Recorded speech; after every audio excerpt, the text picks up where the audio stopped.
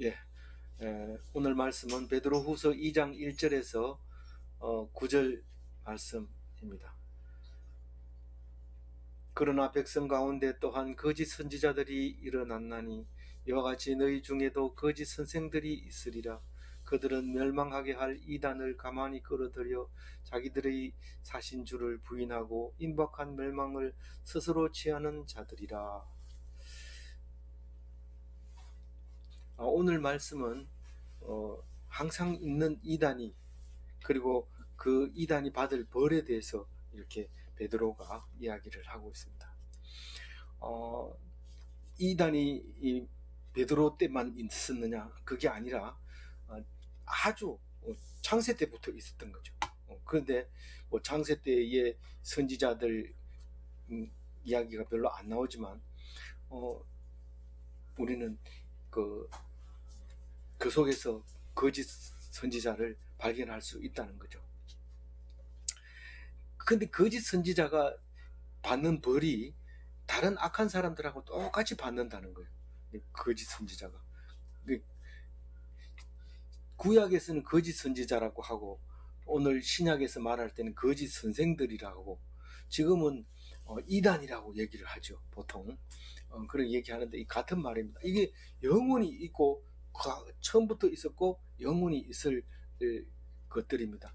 없으면 좋겠는데 없으면 좋은 게 아니고, 그 이단이 있어야지 이단 아닌 사람이 참인 것을 나타낼 수 있기 때문에 꼭 이단이 있어야 된다 하는 겁니다.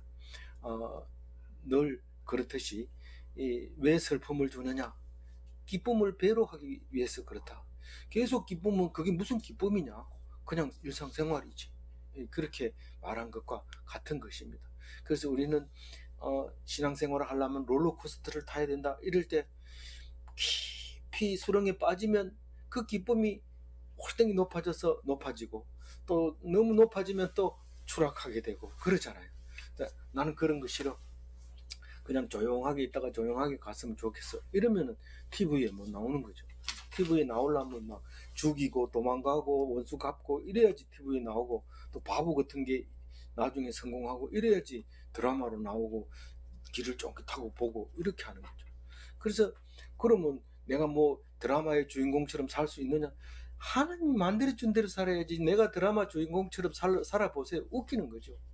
어떤 사람은 영화를 보고, 군대에서 람보 영화를 보고 이 무기 들어가지고 박주카포 이거 하나 들고 나가면 그 람보처럼 한번 멋있게 한번 쏘고 한번 죽겠다 이러고 가가지고 포를 훔쳐가지고 나가다가 걸려가지고 포위당해서 나오면 살리고 안 그러면 죽는다 이러니까 한번 쏴보자 이러고 탁 쐈는데 촌 사람 그 집갈에 탁 맞아가지고 꼬만 불을 홀라고 조용하게 되네. 재미 하나도 없죠.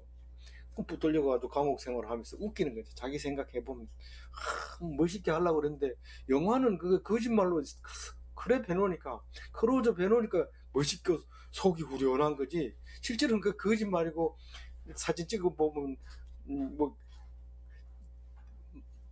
막 만들어가지고 애니메이션으로, 안 그러면 그 비싸가지고 안 되거든요. 그러니까 가짜로 그렇게 폭발하는 걸 장면에서 연출하고 이럴 건데, 그것도 모르고 따라하다가 그렇게 되죠. 그래서 우리는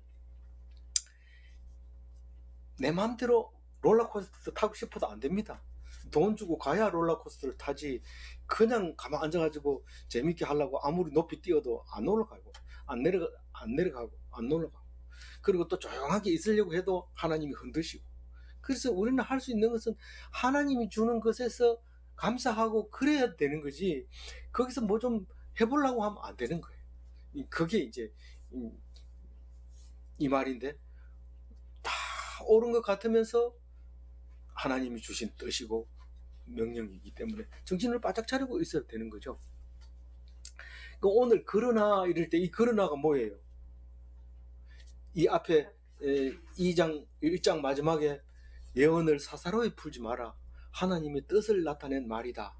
뭐 말 꼬투리를 잡는다든가, 또 뭐 아전 인수격으로 가지고 온다든가, 뭐 그걸 이용해서 사람에게 공갈을 친다든가, 이런 식으로 말씀을 풀지 말아라는 거죠.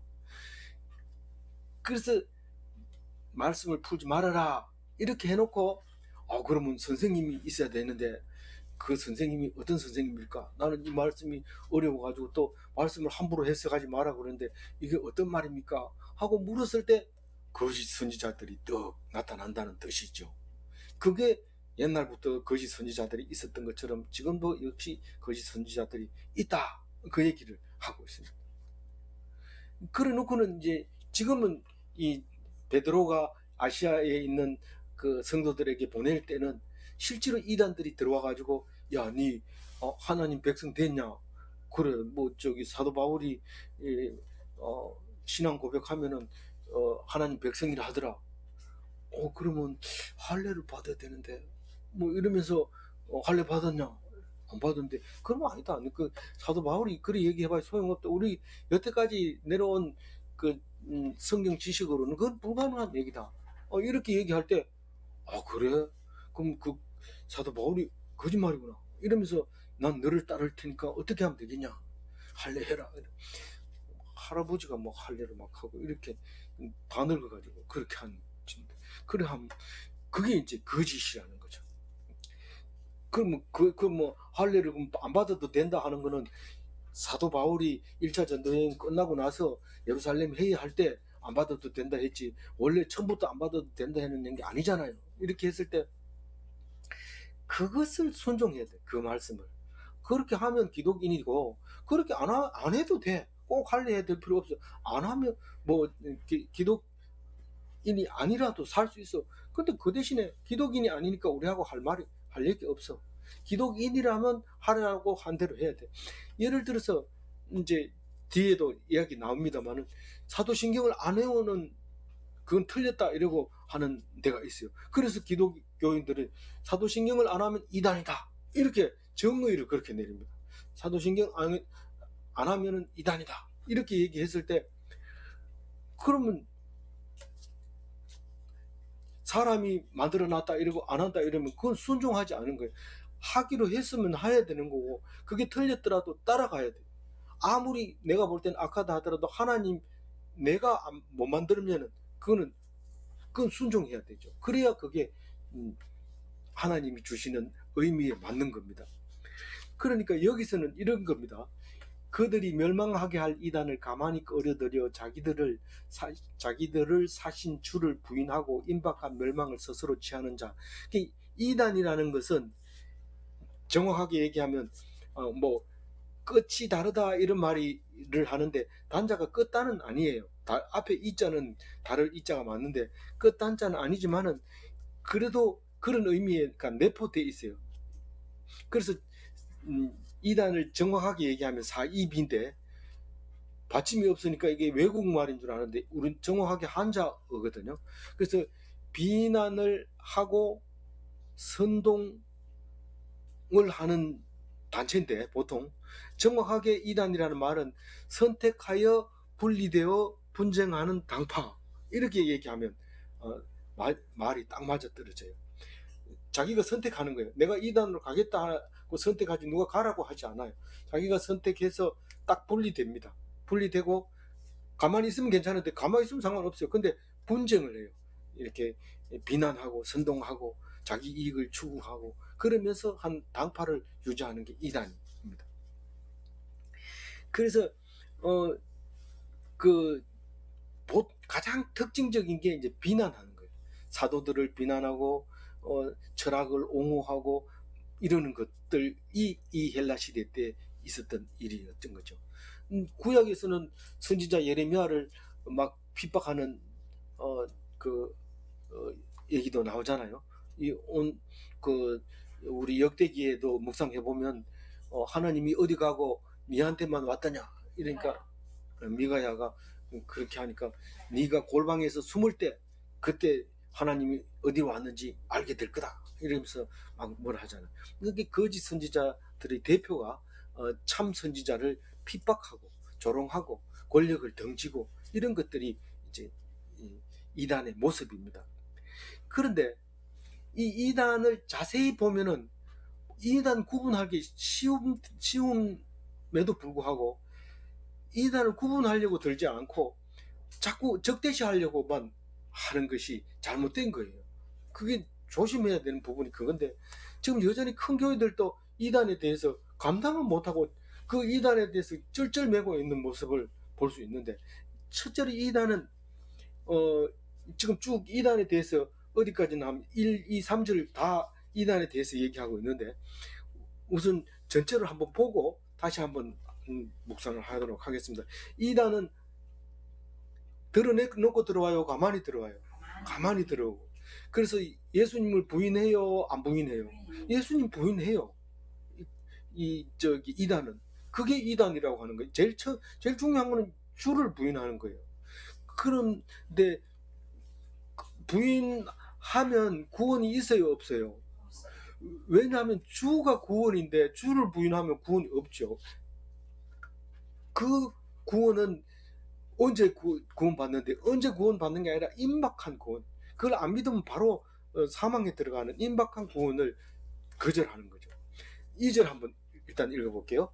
여럿이 그들의 호색하는 것을 따르리니 이로 말미암아 진리의 도가 비방을 받을 것이요.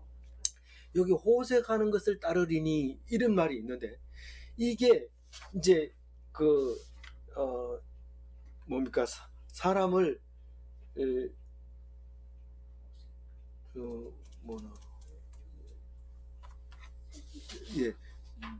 사람을 많이 따르는 거예요. 많이 가는데 따라가는 것도, 이건 뭐 말이 호색이라는 거지, 사실은 정욕에 따라서, 기분에 따라서 가는 걸 꼭 얘기하자면 베드로가 좀 말솜씨가 없구나, 뭐 이런 색적인 얘기를 막 하냐 이런데, 정욕을 따라가는 거 말하는 거예요. 꼭 색만 가지고, 색이 만약에 들어있을 때가 많죠. 보통 이단에는 나중에 가보면 뭐 엉뚱하게 무슨 뭐 짓을 하고 이런 들어있지만, 여기서 말하고 싶은 거는 많은 사람이 가는데 따라가고, 또 뭐 맛있는 거 많이 사주면 따라가고, 또 뭐 있어요. 하여튼 자기 혼자 외롭지 않게 그렇게 가려고 할 때 이단이 탄생을 하게 돼요.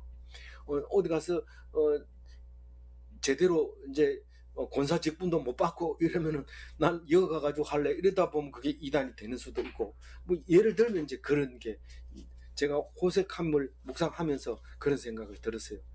마음이 아닌 정욕을 따를 때 그렇게 말하고 있고, 또 이단은 어떤 거냐 하면 진리의 도를 비방합니다. 이 성경을 보고 성경의 은혜를 받아야 되는데, 저 교회는 뭐 이게 뭐 교회가 뭐 이러면서 막 이렇게 비방을 합니다. 절대로 비방하면 안 돼요. 비방하면 안 됩니다. 그게 이단이든 이단이 아니든지 남이 하는 것을 비방하면 안 돼요. 그리고 심지어는 성경을 허구라고 말하면서, 또 심지어는 내가 예수다 이러면서 예수 흉내를 내기도 하고, 이런 것이 이단입니다. 뭐 구분하는 게 그리 어렵지 않아요. 3절 한번 읽어볼게요. 그들이 탐심으로써 지어낸 말을 가지고 너희로 이득을 삼으니 그들이 심판을 옛적부터 그들의 멸망을 잠시 아니하느니라. 탐심으로 지어낸 말을 사용해요. 이단은요. 그러니까 심지어는 뭐 철학까지 동원하기도 하고, 자기의 이익이 되는 구절만 모아가지고 그걸 가지고 계속 가르치기도 하고. 그런데 그 이단을 가려내는 그는 요 정도만 해도 충분히 이단을 가려낼 수 있는데, 그 이단은 심판이 있다는 거죠. 그 심판은 지체하지 않는 심판이, 빛의 속도로 임하는 심판이라는 거죠. 그러니까 이거를 다르게 얘기하면, 믿음이 없으면 이미 죽은 삶인데 마치 자기는 신앙이 있는 것처럼, 아니 성경 읽어보면 그래요. 이 사람들이 말도 안 되는 말 가지고 했는데 사람들이 많이 모이네, 그럼 내가 이 말을 해볼까? 그 말을 하니까 모여드는 거예요. 그러니까 그걸 가지고 하는 게 이단이에요. 이 잠들지 않는 멸망이라는 말을 하는데, 이 멸망은 잠들지 아니하느니라, 이 말은 잠들지 않는 멸망을 얘기합니다. 이건 사망이라는 거예요. 눈을 뜨고 있는데도 죽은 거예요. 호흡은 하는데 죽은 거예요. 그거를 얘기하는 겁니다. 그러면요, 우리가 어떻게 이단을 멀리 할 수 있을까요? 제일 첫 번째 보면 가만히 들어오는 것을 막으면 되는데, 가만히 들어오는 것은요, 언제 들어오냐면 항상 들어와요. 바이러스처럼 항상 이렇게 들어오는데 그걸 내버려 두면 딱 걸리는 거예요. 그래서 그걸 구분을 해야 되는데 평소에 씻어야 되죠. 평소에 씻고 마스크 쓰고 이래야 되는데, 마스크 쓰는 게 불편하면 계속 날마다 씻어줘야 되는데 그걸 안 씻을 때 가만히 들어온단 말이에요. 예를 들면 이런 거죠. 우리는 동북교회에서 막 구석구석이 모여서 묵상하고 이 팀 저 팀하고 지금도 여전히 그렇게 하고 있습니다. 그러면은요, 우리는 그걸 잘한다 칭찬하고 이래야 되는데 신천지가 와가지고 차 마시는 곳에서 공부한다. 그러니까 이제는 모이지 마라. 이렇게 구분을 못하니까 모이지 마라. 이러니까 묵상을 할 수가 없게 되는 거예요. 그래 되면 갑자기 칼이 돌아와가지고 당신이 이상하다, 이단이다, 뭐 이렇게 돌아서서 손가락질을 하게 됩니다. 그럴 때 우리는 어떻게 해야 되냐? 이게 자세히 물어보기만 하면 돼요. 자세히 물어보기만. 좀 모여도 좋은데, 묵상하면 좋은데, 누가 대표고, 누가 왜 모이고, 누구랑 모이고, 이것만 좀 얘기해줘라. 그럼 뭐 메모 하나, 우리 저 바이러스 체크하는 것처럼 한 사람이 5명이 들어가면 한 사람이 대표로 이름 쓰고 적어놓고, 그리고 모이고 나가면 나중에 문제 생기면 그 사람들 대표만 불러가지고 안 물어봐도 쭉 훑어보면 되죠. 이 사람들이 신앙생활을 어떻게 하고 있는지 그것만 보면 되는데, 그걸 턱 덮어놓고 그냥 모이지 마라 이렇게 하면 이게 병을 고치기 위해서 독약을 먹고 죽는 거나 마찬가지. 그렇게 하면 안 되는 거죠. 널 밝히 봐야 돼. 드러내라. 너희들이 참 성경 공부 잘한다, 모임 잘한다, 묵상 나누면 잘한다, 뭐 성경 읽은 카페 잘 만들었다, 이렇게 하면서 그 누가 대표냐, 누가 리더냐, 그리고 그러면서 이렇게 해나가야지. 모르는 사람이 리더한다든가 교인이 아닌 사람이 리더한다든가 이러면은 그냥 좀 놔두고 봐요. 그러면 그 사람이 또 다시 교회에 나와서 더 큰 일을 할 수도 있는 거니까. 그러나 그게 문제가 되면 교회가 다 알고 있는데 뭐가 문제입니까? 그거는 하면 안 된다, 해야 된다, 통제가 되잖아요. 그래서 이 첫째 것만 봐도요, 우리는 구분이 돼요. 구분이 되는 게 아니라 어떻게 하면 이단을 막을 수 있는지 답은 나와 있는데도 우리는 그거를 게을리하는 바람에 앉으면 야, 그 교회 이단 아니냐, 알아봐라, 뭐 이러고 알아보면 구분을 우리가 할 수가 없어요. 우리가 사사로이 그 해석할 때처럼 얘기 나왔지만은 우리는 구분할 수 없어요. 다만 시간이 지나면 구분이 되죠. 당장은 어느 것이 어느 것인지 구분이 안 됩니다. 시간이 지나면 이게 다 드러나기 때문에 목숨 걸고 이단 색출에 들어갈 필요도 없어요. 그냥 놔두면 돼요.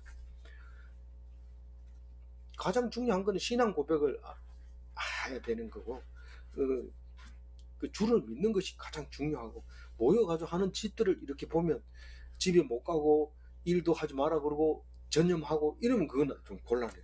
그거는 좀 엉터리일 가능성이 있어요. 우리는 성경 말씀은 제1번으로 성경을 묵상해야 되지만, 다른 어떤 것보다가 우선순위를 가져야 되지만, 그러나 다른 걸 내려놓고 그거를 하면 그거는 의미가 없는 거예요. 그거는 뭐 이상한 사람이 돼버린 거예요. 야, 성경 틈나면 성경 보라는 거지 전념해서도 안 되는 거고, 또 전념하지 않고 일에 전념하라는 뜻은 아니고, 일은 먹고 살만 하면 되는 거예요. 먹고 일용할 양식을 주면 일 안 해도 돼요. 꼭 일해야 되는 거 아닙니다. 그래서 일에 욕심이 빠지면은 일하라 하더니 이러면서 일하고 또 벌리고, 일 끝나면 또 벌리고, 그만 교회 갈 새가 없다. 이건 말이 안 되는 거예요. 교회 갈 새 없다 이런 건 그건 우선순위에서 밀렸다는 거니까 그건 틀린 거고, 그런 이단은 그런 것은 하지는 않지만 오히려 더 말씀에만 집중하는 게 이단이 대부분 많죠. 그래서 첫 번째는 말씀 묵상하고, 그리고 열심히 일하고 목숨 살기 위해서. 어떤 사람은 월급 하나도 안 받고 교회 주일날 쉬면은 쉬는 데만 직장 잡고 찾는데, 그런 주일날 쉬면서 자기가 받고 싶은 만큼 월급 받는데 그런 데 없거든요. 그럴 때는 꼭 주일날 하는 곳은 하고 다른 날 가면 되죠. 꼭 주일날 가야 되는 게 아니고 그런 얼마든지 할 수 있는 부분인데 그걸 뭐 교회를 종교처럼 여기면 그런 일이 생기는 거죠. 그래서 이제 넘어갑니다. 4절 읽어봅니다. 시작. 하나님이 범죄한 천사들을 용서하지 아니하시고 지옥에 던져 어둠에 두고 심판 때까지 지키게 하셨으니.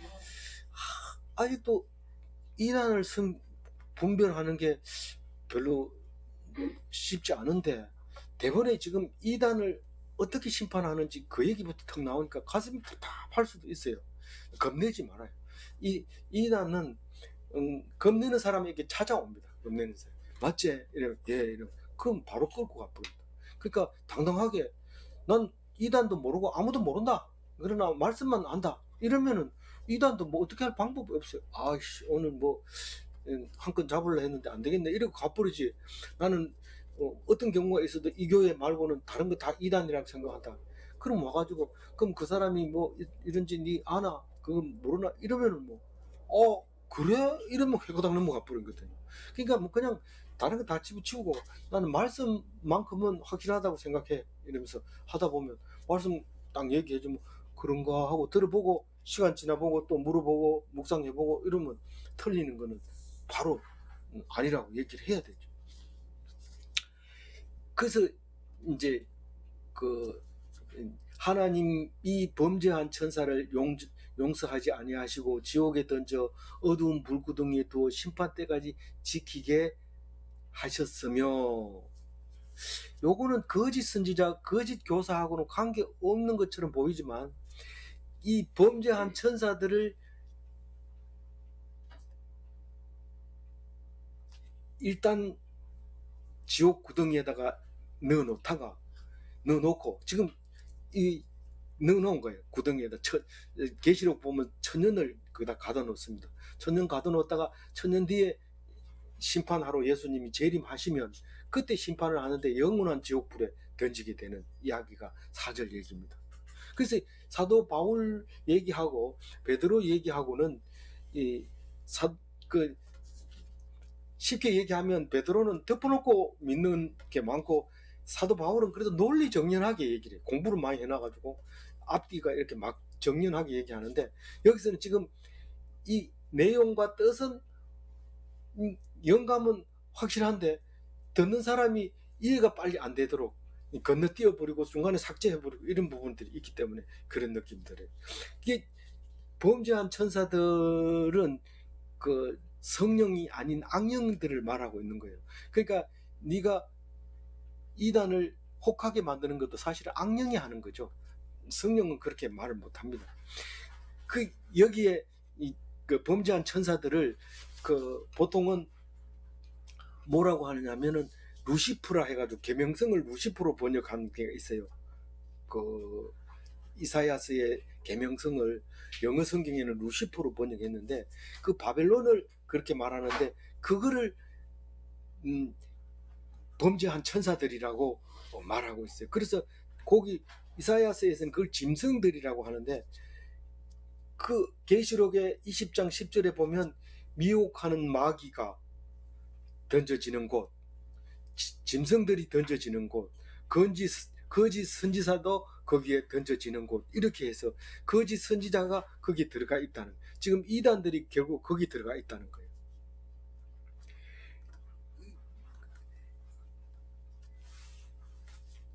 유다서는 1장밖에 없는데 유다서가 채택이 된 이유는 바로 요거 말하려고. 유다서 1장 6절에 자기 처소를 떠난 천사들을 큰 날의 심판까지 영원히 결박하여 흑암 속에 가두었으며 가두어 놨다가 나중에 예수님이 오시면 영원한 지옥에 보내려고 가둬 놨단 말이에요. 지금 현재 그 얘기를 하고 있고, 이 마태복음 25장 41절에는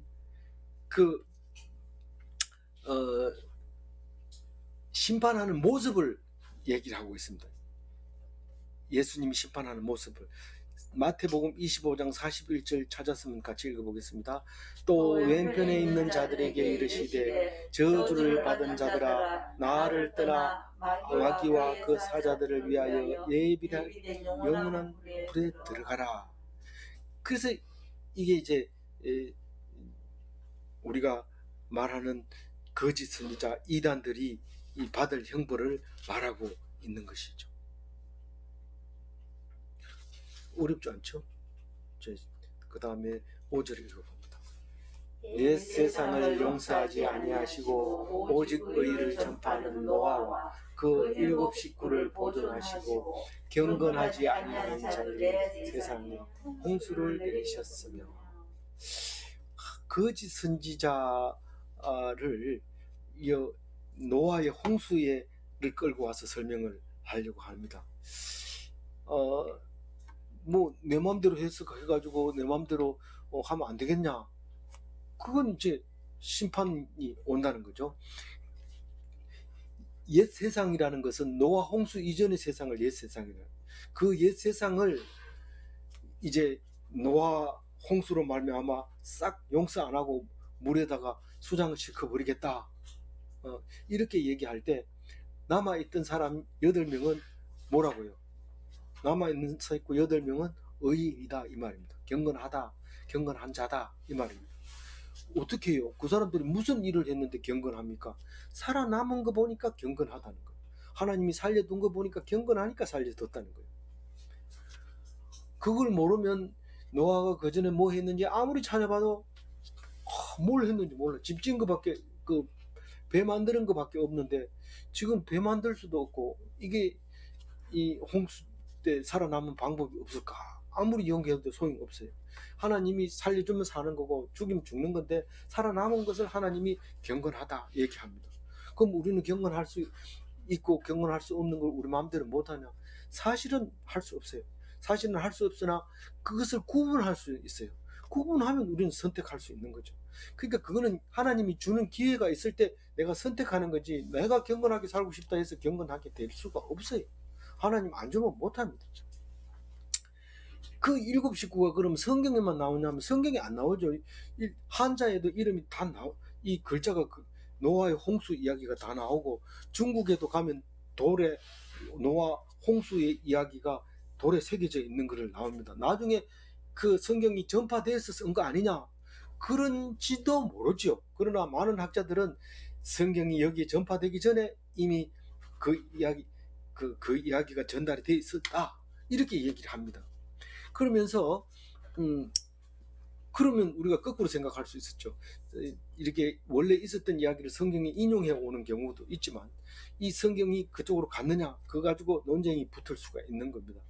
어쨌거나 성경에 배주자 옆에다가 8팔자에다 이 구자 쓰면 배선자가 됩니다. 그래서 방주는 큰 배는 선자를 붙이고 작은 배는 배주자를 썼죠. 그래서 이력편주 이러면 아주 작은 배를 이력편주라고 하고, 큰 배는 선박 이러면 큰 배를 말하는 거예요. 그래서 큰 배 속에 8명 식구만 살아남았다. 그러니까 경건해야 되지 경박하면 안 된다. 이단은 주로 경박하다고 봐야 되죠. 남의 욕을 안 먹고 인기를 얻고 이렇게 한다는 거죠. 6절 한번 읽어봅니다. 소돔과 고모라 성을 멸망하기로 정하여 죄가 되게 하사 후세에 경건하지 아니하는 자들에게 본을 삼으셨으며, 소돔과 고모라 얘기를 이렇게 합니다. 하면서 소돔과 고모라가 어디 있는데 땅 밑으로 꺼져버리고 없어요.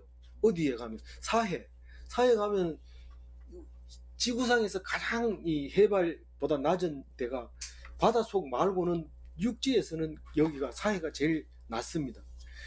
그래가지고 마이너스 350m 레벨까지 쭉 떨어지는데 그 밑에 소돔과 고모라가 들어가 있단 말이에요. 그 밑에. 그래서 그게 지진이 나면서, 그게 지진대가 있잖아요. 그게 유라시아판인가 그쪽으로 지진대가 있어서 이게 가닥하면서 들어가 버린 거예요. 그러니까 원래는 사해 갈릴리 바다에서 물이 쭉 아카바만으로 흘러가야 되는데 너무 깊이 빠져니까 물이 못 나가고 거기서 자꾸 고여가지고 있으니까 소금은 남고 물은 증발해 버리니까 소금이 짙어지는데, 그 전에는 소금 농도가 높지 않았을 때는 고기를 잡이했다는 게 그 모자이크 그림으로 남아 있어요.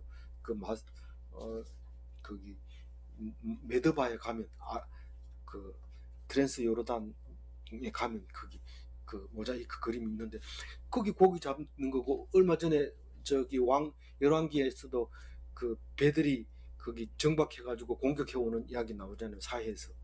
그렇게 배들도 많았는데 지금은 고기가 안 사니까 배도 필요 없고 그냥 소금만 이렇게 들여다보면 소금이 이 물 속에 들어있는 그 돌이나 이런 풀에 달라붙어가지고 아름다운 모습을 이렇게 나타내는데, 그걸 사진 찍어서 이렇게 보여주는 경우도 있습니다. 그만큼 거기에 소금의 농도가 높은데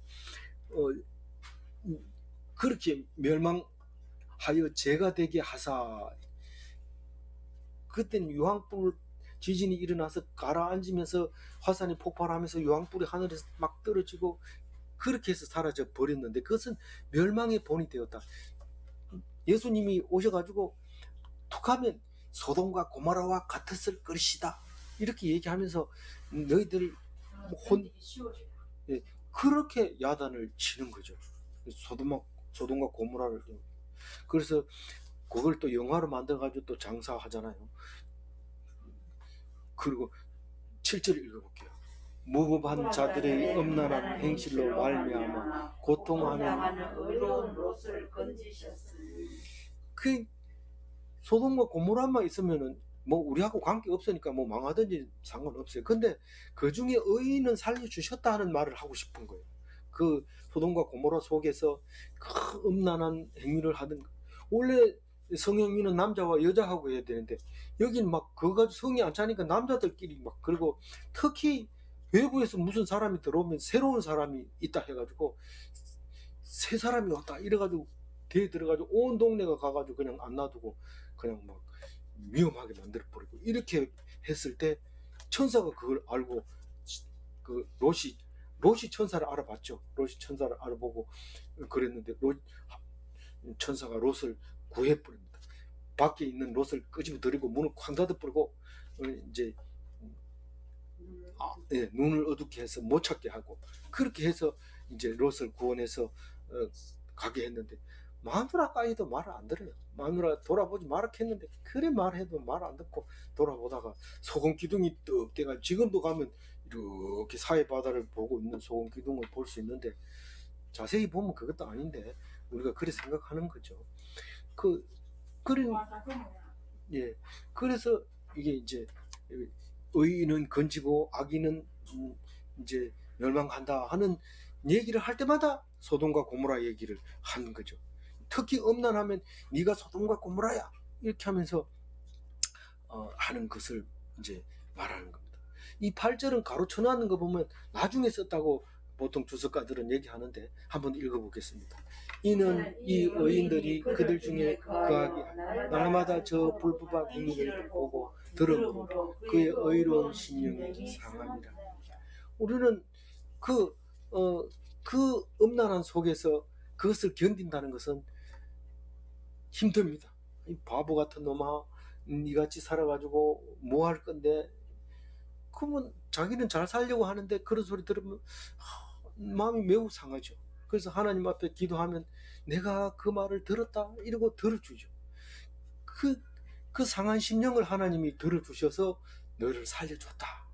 우리 제사 드리면 왜 제사 드리냐? 살려고. 특히 이 속죄제를 드릴 때는 제물을 선택해가지고 거기다 안수를 하면서 자기 죄를 다 얘기하면 그 제물이 자기 죄를 지고 불에 타 죽는 거잖아요. 그러니까 네의 상한 심령을 그렇게 하는 거지, 안수하면서 죄를 고백하지도 않으면 그건 나는 소 냄새 듣기 싫다. 내가 소고기 먹는 것도 아니잖아. 내가 뭐 사실 맛은 돼지고기가 더 있지만 너희들은 돼지고기 바치지 마라 했으니 돼지고기는 안 바칠 거고 소는 바치는데 내가 먹는 게 아니다. 난 싫다. 그건 뭘 원합니까? 너희들의 상한 심령을 내가 제사로 받겠다고 말합니다. 그래서 이 롯은 그 속에서 거룩하게 살기를, 그 무법자들 속에서 자기 심령을 지킬 수 있었다는 것은 상한 심령이었다고 말하고 있습니다. 어떻게 그렇게 말할 수 있어요? 그 결과를 보고 이렇게 말할 수 있다는 거죠. 9절입니다. 주께서 경건한 자는 시험에서 건지실 줄 아시고 불의한 자는 형벌 아래 두어 심판날까지 지키시며. 여기 9절을 뒤에다 넘겨야 딱 맞을 것 같은데 아마 뒤에 양이 많아서 앞으로 옮겼는지 그건 모르겠습니다. 어쨌든 9절 얘기는 주께서 다 아신다. 뭐를 알아요? 경건한 자를 시험에서 건져야 한다는 사실을 알고 있어. 잊어버리지 않는단 말이에요. 다 알고 있단 말이에요. 그러니까 경건한 자는 내가 반드시 살린다. 그것을 하나님이 알고 계신다는 얘기입니다. 또 한 가지는 지키신다 그랬어요. 뭘 지키신다고요? 불의한 자를 예수의 재림의 날까지 그 천년 동안 그 구덩이에다가 가다 놓고 심판날을 기다리고 있는 거죠. 예수님이 언제 오신다고 계시록에 얘기해요? 잠시만 기다려라. 언제까지? 너와 같이 순교자의 수가 찰 때까지. 순교자가 많이 안 생기면 예수님 안 온다는 거예요. 순교자가 찰 때까지 그 제단 밑에서 흰옷을 입고 흰옷 두루마기를 입고 기다리는 거예요. 우리 언제 신원하여 주십니까? 언제까지입니까? 잠시만 기다려라.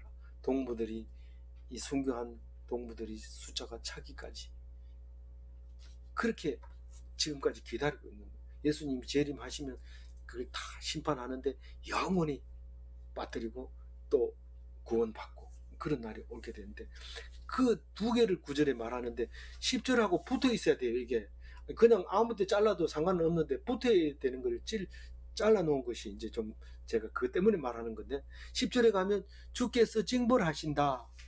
어떻게 징벌을 한다고요? 정욕으로 사는 자를 징벌하고 주를 멸시하는 자를 징벌하신다. 지금 뭐 얘기하려고 그래요? 이단자들은 반드시 징벌한다. 주를 멸시하는 자를 징벌한다. 지금까지는 구약 얘기를 했지만은 지금 앞으로 주님을 멸시하고 정욕으로 살면 멸시하신다, 징벌하신다. 그 얘기가 10절에 나오는 얘기입니다. 그러면 정리를 할게요. 우리가 이단이라고 얘기할 때 기독교에서 이단이라는 명단 쭉 나온 거 이렇게 짚어보고 이 사람들은 이단이 우리가 속해 있는 건 이단 아니네 이러면서 그렇게 생각하면 그건 종교인이죠. 기독교인이죠. 그런데 그거 필요 없어요. 그거 필요 없고 말씀으로 열심히 분별해 나가면 돼요. 근데 이 말씀 없이 아무리 이단이 안 되려고 노력하면 이단을 석 자기도 모르게 들어가는 거예요. 말씀 없이 이단 분별하면 이단 모이지 마라 이러면 네가 이단이네 이러면 누가 이단인지 구분 못하는 거예요. 그래 돼버리면. 그렇게 할 필요 없어요. 누가 이단이라고 하더라도 신경 쓸 거 없고 이단이 아니라고 해도 뭐 좋아할 거 없고 그냥 말씀하고 꾸준히 보면서 늘 이단은 왜 필요하다고요? 네가 제대로 말씀을 보고 있느냐, 그걸 위해서 이단은 꼭 필요하다. 이단이 만약에 생각나거든, 니나 똑바로 해라. 니 보고 제대로 서 있는지 그거 보려고 이단 하나님이 붙여주신 거야. 그렇게 이해를 하면 아무 문제가 없어요. 벌벌 떨지 마세요. 이단 겁낼 거 없습니다. 아무것도 아니고 힘도 못 써요 이단은. 그래서 말씀으로 거짓을 분별하는 멋진 그리스도인이 다 되시기 바랍니다. 네, 기도하겠습니다. 하나님 감사합니다. 베드로가 그 그리스도인들에게 이단에 빠지지 마라, 거짓 선지자들에게, 거짓 선생들에게 돈 갖다 주지 마라 그러면서 이야기할 때 우리는 조금만 신경을 쓰면 되는데 모여 앉아가지고 그 사람이 이단이냐 아니냐 그 얘기만 하다가 자기가 이단으로 몰리게 되는 억울한 일을 당하게 될 때에 어리석게 하지 마시고 어떤 일이 있어도 말씀은 붙잡고 은혜 받고 기쁨으로 살면 하나님께서 영원한 천국으로 넉넉하게 들어가게 해주신 것을 믿사오니 오직 말씀만 붙잡게 하옵소서. 인내하게 하옵소서. 믿고 사랑을 나타내게 하여 주옵소서. 감사하옵고 우리 주 예수 그리스도 이름으로 기도 올리옵나이다. 아멘.